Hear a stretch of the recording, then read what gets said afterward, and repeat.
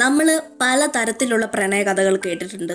എന്നാൽ ഒരു മത്സ്യകന്യകയ്ക്ക് മനുഷ്യനോട് പ്രണയം തോന്നിയാലുള്ള അവസ്ഥ എന്തായിരിക്കും? 2015 പോളിഷ് ഭാഷയിൽ പുറത്തിറങ്ങിയ മ്യൂസിക്കൽ ഹൊറർ ത്രില്ലർ ചിത്രമാണ് ദ ലൂർ. കൂടുതൽ പറഞ്ഞു നീട്ടാതെ നമുക്ക് നേരെ കഥയിലേക്ക് പോകാം. ചിത്രത്തിന്റെ തുടക്കം 1980-ലാണ്.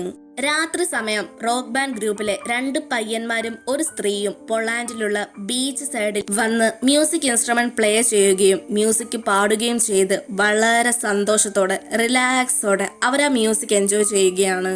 ഇന്നരം കടലിന്റെ ഭാഗത്തു നിന്ന് മധുരമായ സ്വരത്തിൽ ആരോ പാട്ടുപാടുന്ന ശബ്ദം ഈ പയ്യന്മാർക്ക് കേൾക്കും.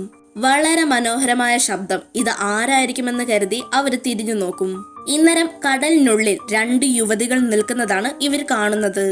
വീണ്ടും ഈ 2 യുവതികൾ പാട്ട് പാടിക്കൊണ്ടേയിരിക്കും. അന്നേരം ബാൻഡ് ഗ്രൂപ്പിലുണ്ടായിരുന്ന പയ്യന്മാര് അവരുടെ വശത്തിലാകും.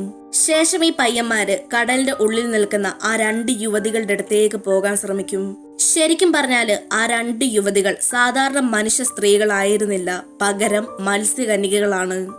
ഇവരുടെ മധുരമായ ശബ്ദം കേട്ട് ബാൻഡ് ഗ്രൂപ്പിലെ പയ്യന്മാര് കടലിന്റെ ഉള്ളിലേക്ക് ഇറങ്ങാൻ നേരം കൂട്ടത്തിലുണ്ടായിരുന്ന സ്ത്രീ നിലവിളിക്കും.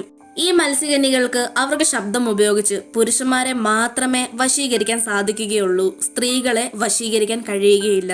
പിന്നീട് ആ സീൻ അങ്ങനെ തന്നെ കാണിച്ചുകൊണ്ട് ഫിലിമിന്റെ ടൈറ്റില് ദ ലൂർ അഥവാ കോർക്കി ഡാൻസിംഗു എന്നെഴുതി കാണിക്കും. അടുത്ത സീനില് വൊക്കാലിസ്റ്റിക്ക എന്ന് പറയുന്ന ബാൻഡ് ഗ്രൂപ്പിലുണ്ടായിരുന്ന സ്ത്രീ ക്ലബിൽ പാട്ട് പാടി ഡാൻസ് കളിക്കുന്നതാണ് കാണിക്കുന്നത്. ആ 2 മത്സ്യകന്യകകളും വളരെ നന്നായി പാട്ട് പാടിയതുകൊണ്ട് അന്ന് രാത്രി തന്നെ വൊക്കാലിസ്റ്റിക്ക എന്ന് പറയുന്ന ഈ സ്ത്രീ മത്സ്യകന്യകയെ കൂട്ടിക്കൊണ്ട് ക്ലബിന്റെ ഓണറിനെ പരിചയപ്പെടുത്തി കൊടുക്കും. ഈ മെർമെയ്ഡ്സ് ഭൂമിയിലേക്ക് വരുമ്പോൾ അവർക്ക് മനുഷ്യരെ പോലെ കാലുകൾ ലഭിക്കും. എന്നാൽ വെള്ളത്തിന്റെ സ്പർശനമോ അല്ലെങ്കിൽ വെള്ളത്തിന്റെ ഉള്ളിലേക്ക് പോകുമ്പോൾ ഈ മത്സ്യകന്യക മനുഷ്യന്റെ രൂപം മാറി പഴയതുപോലെ ആകും. അതായത് വെള്ളത്തിന്റെ പുറത്ത് മനുഷ്യന്റെ രൂപവും വെള്ളത്തിന്റെ അടിയിൽ യഥാർത്ഥ രൂപവുമായിരിക്കും. ക്ലബിലുള്ള എല്ലാവർക്കും അറിയായിരുന്നു അവർ 2 പേരും മെർമെയ്ഡ്സ് ആണെന്നുള്ളത്.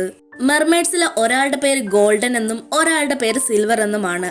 മാത്രമല്ല അവർ 2 പേരും സഹോദരിമാരാണ്. ക്ലബിന്റെ ഓണർ ഈ മത്സ്യകന്യകയുടെ 2 പേരുടെ ശരീരത്ത് വെള്ളം ഒഴിച്ചു നോക്കും. ഇന്നരം ഇവര് വീണ്ടും പഴയ അവസ്ഥയിലേക്ക് എത്തും. ഇത് കാണുന്ന ക്ലബിന്റെ ഓണറിന് വളരെ സന്തോഷവും അതോടൊപ്പം അത്ഭുതവും തോന്നും.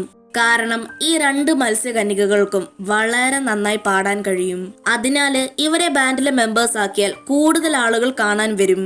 മാത്രമല്ല മനുഷ്യർ ഇന്ന് വരെ കണ്ണുകൊണ്ട് കാണാത്ത ഒരു ക്രീച്ചറിനെ കാണാൻ വേണ്ടി മറ്റു ചില ആളുകൾ തിങ്ങിക്കൂടി വരും. എങ്ങനെ പോയാലും ക്ലബിന്റെ ഓണറിന് ഈ മെർമെയ്ഡ്സിനെ കൊണ്ട് ലാഭമാണ് ഉണ്ടാവാൻ പോകുന്നത്. അങ്ങനെ ഈ മെർമെയ്ഡ്സും ഇപ്പോൾ ബാൻഡ് ഗ്രൂപ്പിലെ അംഗങ്ങളായിരിക്കുകയാണ്. കുറച്ച് ആളുകൾ മെർമെയ്ഡ്സിന്റെ പാട്ട് കേൾക്കാനും മറ്റു ചില ആളുകൾ മെർമെയ്ഡ്സിനെ കാണാൻ വേണ്ടിയുമാണ് വരുന്നത്. ജനങ്ങൾക്കെല്ലാം ഒരുപാട് അത്ഭുതവും ആശ്ചര്യവും തോന്നിയിരുന്നു. കുറച്ചു നാളുകൾ അങ്ങനെ തന്നെ കടന്നുപോയി. പിന്നീട് ഇതേ മെർമെയ്ഡ്സ് തന്നെ സ്വന്തമായി ഒരു ബാൻഡ് ഗ്രൂപ്പ് ഉണ്ടാക്കി അവിടെ പാട്ട് പാടാൻ തുടങ്ങി. അങ്ങനെ ക്ലബിൽ ഒരുപാട് ആളുകൾ ഇവരുടെ ബാൻഡ് ഗ്രൂപ്പിലെ പാട്ട് കേൾക്കാൻ വന്നു തുടങ്ങി. ഇത് ക്ലബിന്റെ ഓണറിന് ഒരുപാട് സന്തോഷം തരുന്ന കാര്യമായിരുന്നു. വീണ്ടും കുറെ നാളുകൾ കടന്നുപോയി. മെർമെയ്ഡ്സിലെ സിൽവർ എന്ന് പറയുന്ന ആൾക്ക് ബാൻഡ് ഗ്രൂപ്പിലെ മീടെക് എന്ന് പറയുന്ന പയ്യനോട് പ്രണയം തോന്നും. മീടെക്കിന് സിൽവറിനോടും തിരിച്ച് പ്രണയം തോന്നും. പക്ഷെ എന്നാലും ഒരു മത്സ്യകന്യകയെ പ്രണയിക്കാൻ മീടെക്കിന്റെ മനസ്സിന് പൂർണ്ണമായി സമ്മതമുണ്ടായിരുന്നില്ല. ഇവിടെ വെച്ചാണ് നമുക്ക് മനസ്സിലാവുന്നത്, അതായത് ഒറ്റ നോട്ടത്തിൽ മനുഷ്യനെ പോലെ ആണെങ്കിലും അരയ്ക്ക് താഴോട്ട് മനുഷ്യർക്കുള്ള ബോഡി പാർട്ട് ഒന്നും ഉണ്ടായിരുന്നില്ല. അതിനാൽ മീടെക്കിന് സിൽവറിനോട് വലിയ താല്പര്യമൊന്നും ഉണ്ടായിരുന്നില്ല. നീ വെറുമൊരു മത്സ്യമാണ്, മത്സ്യത്തിന് ഒരിക്കലും മനുഷ്യനെ പോലെ ആകാൻ കഴിയുകയില്ല, നിന്നെ കൊണ്ട് എനിക്ക് യാതൊരു ഉപയോഗമില്ല എന്ന് മീടെക് സിൽവറിനോട് പറയും. എന്നാൽ സിൽവർ തന്റെ ശബ്ദം ഉപയോഗിച്ച് മീടെക്കിനെ വശീകരിച്ച് പ്രണയത്തിലാക്കും. കുറെ നാള് ഇവരുടെ പ്രണയം നല്ല രീതിയിൽ പോയിക്കൊണ്ടേയിരുന്നു. തന്റെ സഹോദരി സിൽവർ പ്രണയത്തിലായതിനു ശേഷം ഗോൾഡന് ഒറ്റപ്പെടൽ അനുഭവപ്പെടാൻ തുടങ്ങി. സിൽവർ ഒരു മനുഷ്യനെ പ്രണയിക്കുന്നതിൽ ഗോൾഡന് തീരെ താല്പര്യമുണ്ടായിരുന്നില്ല. അങ്ങനെ ഇരിക്കെ ഒരു ദിവസം ഗോൾഡൻ തന്റെ സഹോദരിയോട് ചോദിക്കും, നീ അവനെ ശരിക്കും പ്രണയിക്കുന്നുണ്ടോ അതോ അവനെ ഭക്ഷണമാക്കാൻ വേണ്ടിയാണോ നീ ഈ പ്രണയ നാടകം ചെയ്യുന്നത്? നീ ചിന്തിക്കുന്നത് പോലെ ഒന്നുമല്ല, എനിക്ക് അവനോട് യഥാർത്ഥമായിട്ടുള്ള പ്രണയമാണ്. കുറച്ചു കഴിഞ്ഞ് ഗോൾഡൻ പുറത്തേക്ക് പോകും. ഇന്നരം ഒരുത്തം വെള്ളമടിച്ച് ലെക്ക് തെറ്റി ഒരു കാറിനുള്ളിൽ ഇരിക്കുന്നത് കാണും. ശേഷം ഗോൾഡൻ അയാളുടെ കൂടെ നമ്മൾ ചിത്രത്തിന്റെ തുടക്കത്തിൽ കണ്ട ആ ബീച്ചിലേക്ക് പോകും. ബീച്ചിലെത്തിയതിനു ശേഷം അയാൾ ഗോൾഡനോട് വളരെ റൊമാൻറ്റിക് ആയിട്ട് സംസാരിക്കും. എന്നാൽ അയാൾ കൂടുതലായി സംസാരിക്കുന്നതിന് മുൻപ് ഗോൾഡൻ അയാളെ കടിച്ചു കീറി കൊന്നു തിന്നും. കുറച്ച് ദിവസങ്ങൾക്ക് ശേഷം ഈ മെർമെയ്ഡ്സ് ഉള്ള ക്ലബിലേക്ക് ട്രൈറ്റൻ എന്ന് പറയുന്ന ഒരാൾ വരും. ട്രൈറ്റനും കടലിനുള്ളിൽ ജീവിക്കുന്ന ഒരു ക്രീച്ചറാണ്. കുറച്ചു വർഷങ്ങൾക്ക് മുൻപ് ഇതേ ബാൻഡ് ഗ്രൂപ്പിലെ മെമ്പർ ആയിരുന്നു ട്രൈറ്റനും. നിന്റെ സഹോദരിയല്ല സിൽവർ? മീട്ടക് എന്ന് പറയുന്ന ചെറുപ്പക്കാരനെ സിൽവറിന് ഒരുപാട് ഇഷ്ടമാണെന്ന് തോന്നുന്നല്ലോ. സിൽവർ മീട്ടക്കിനോട് ഒരുപാട് അടുത്തിടപഴകുന്നത് ഞാൻ കണ്ടിരുന്നു. ഒരു കാര്യം നിന്റെ സഹോദരി മറക്കാൻ പാടില്ല. മത്സ്യകന്യകകൾ ആരെങ്കിലും ആത്മാർത്ഥമായി പ്രണയിക്കുകയും അയാൾ ആ മത്സ്യകന്യകയെ ചതിച്ചാൽ പിന്നീട് ഈ മത്സ്യകന്യക കടൽപ്പതയായി മാറും. മാത്രമല്ല അവന്റെ പ്രണയത്തിന് വേണ്ടി നിന്റെ സഹോദരി അവളുടെ വാല് ഇല്ലാതാക്കിയാൽ പിന്നീട് സിൽവറിന് ചിലപ്പോൾ പാട്ടുപാടാൻ കഴിയാതാകും. സിറ്റിയിലുള്ള ഒരാളെ ഗോൾഡൻ കൊന്നിരുന്നു. ഇതിനെപ്പറ്റി അന്വേഷിച്ച് പോലീസ് ഓഫീസേഴ്സ് അവിടേക്ക് വരും. പോലീസ് ഓഫീസറിന് ഗോൾഡനെ സംശയമുണ്ട്. എന്നാൽ ഗോൾഡന്റെ പവർ മൂലം ആ പോലീസ് ഓഫീസർ ഗോൾഡനെ പറ്റി ചിന്തിച്ചതെല്ലാം മറക്കും. പിറ്റേന്ന് അയാളുടെ മരണത്തിനെ പറ്റിയുള്ള ന്യൂസ് ടിവിയിൽ വരും. ഇത് കാണുന്ന ബാൻഡ് ഗ്രൂപ്പ് മെമ്പേഴ്സിന് മനസ്സിലാകും ഈ രണ്ട് മത്സ്യകന്യകകളിലെ ആരോ ഒരാളാണ് അയാളെ കൊന്നത് എന്നുള്ളത്. മെർമെയ്ഡ്സ് ഇത്ര അപകടകാരികളാണെന്ന് മനസ്സിലാക്കിയ അവരിലെ ഒരാള് കയ്യിലൊരു വസ്തു എടുത്ത് അവരെ രണ്ടുപേരെ അടിച്ച് ബോധം കെടുത്തും. എന്നാൽ ബാൻഡ് ഗ്രൂപ്പിലെ മെമ്പേഴ്സിന് ആ മെർമെയ്ഡ്സ് ശരിക്കും മരിച്ചതാണോ അതോ ബോധം കെട്ടതാണോ എന്ന് തിരിച്ചറിയാൻ കഴിയുന്നുണ്ടായിരുന്നില്ല.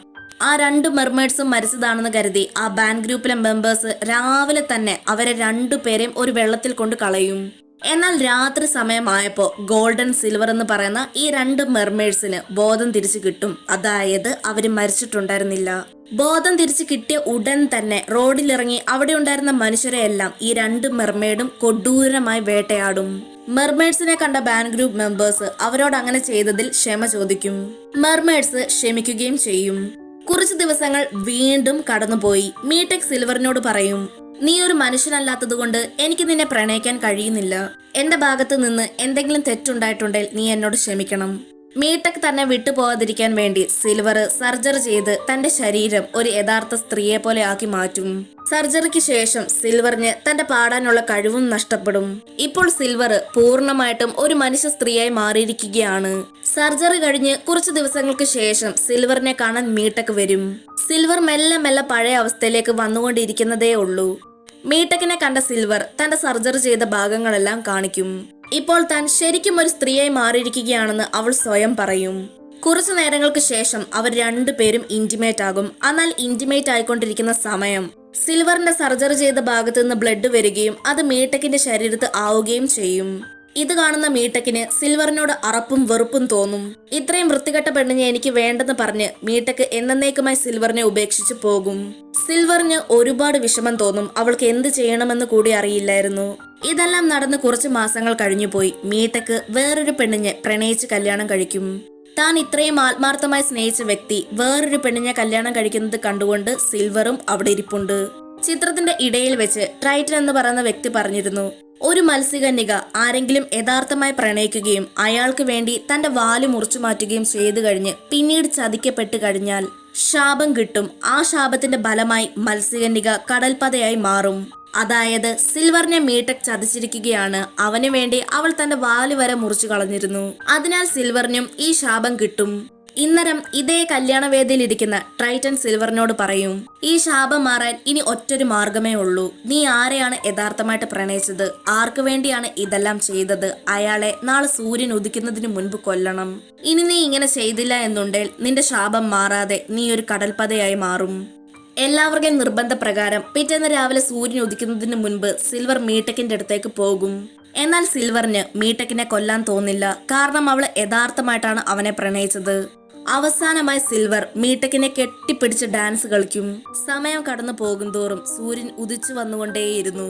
അങ്ങനെ സിൽവർ ശാപം മൂലം മീട്ടക്കിന്റെ ശരീരത്ത് തന്നെ കടൽപ്പതയായി മാറും. മീട്ടക്കിന് എന്താണിത് സംഭവിക്കുന്നത് എന്നുകൂടി മനസ്സിലാകുന്നുണ്ടായിരുന്നില്ല.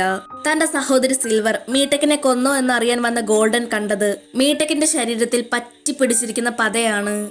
ഇത് കണ്ട് ദേഷ്യം അടക്കാൻ കഴിയാത്ത ഗോൾഡൻ മീട്ടക്കിനെ കൊടൂരമായി വേട്ടയാടി കൊല്ലും.